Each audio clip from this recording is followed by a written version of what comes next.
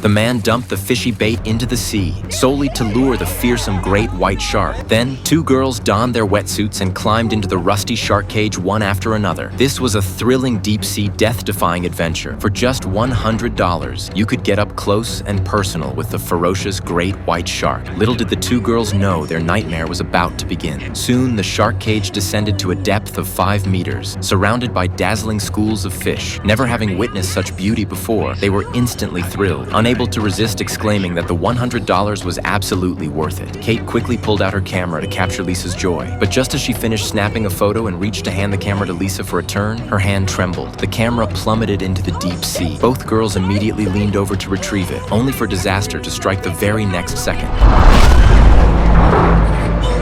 Though losing the camera stung, the sight of the massive shark sent both into ecstatic awe. They couldn't believe they were getting such a close-up view of the great white shark, the apex predator of the deep sea. The shark kept circling the shark cage, seemingly hunting for prey. The bolder Kate even considered touching the shark's body. Just then, the crane suddenly jerked, startling both women. Fortunately, it was a false alarm, and the cage didn't sink. But this incident terrified Lisa. Despite the crew repeatedly assuring them it was just the winch slipping and telling them not to worry, Lisa still felt the cage was unsafe and demanded they return to the surface immediately. With no other choice, the crew had no choice but to start hauling it back up. Kate felt disappointed, as she had planned to descend alone once back on the surface to continue observing the sharks. But the moment the cage touched the water, disaster struck. The crane malfunctioned, sending the cage hurtling downward uncontrollably. The sudden crisis left both women panicked. They clung desperately to the cage, screaming for help, but it was too late. As the descent deepened, the walkie-talkie signal quickly faded. When they reached over 30 meters, the cage abruptly halted its fall.